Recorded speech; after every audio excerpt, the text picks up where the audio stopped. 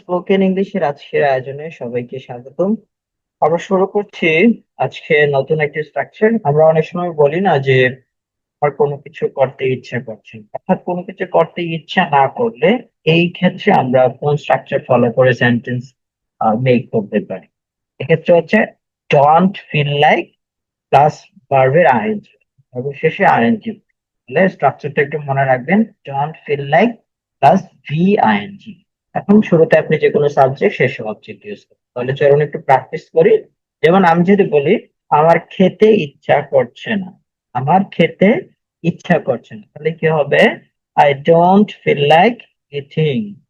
আমি যদি বলি আজকে পড়তে ইচ্ছা করছে না, তাহলে কি হবে? I don't feel like studying today.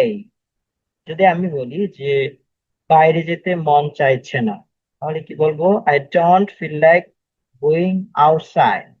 এখন আমি যদি বলি যে এখন কাজ করতে ইচ্ছা করছে না, তাহলে এর ইংরেজি কি হবে? আপনারা জানিয়ে যাবেন।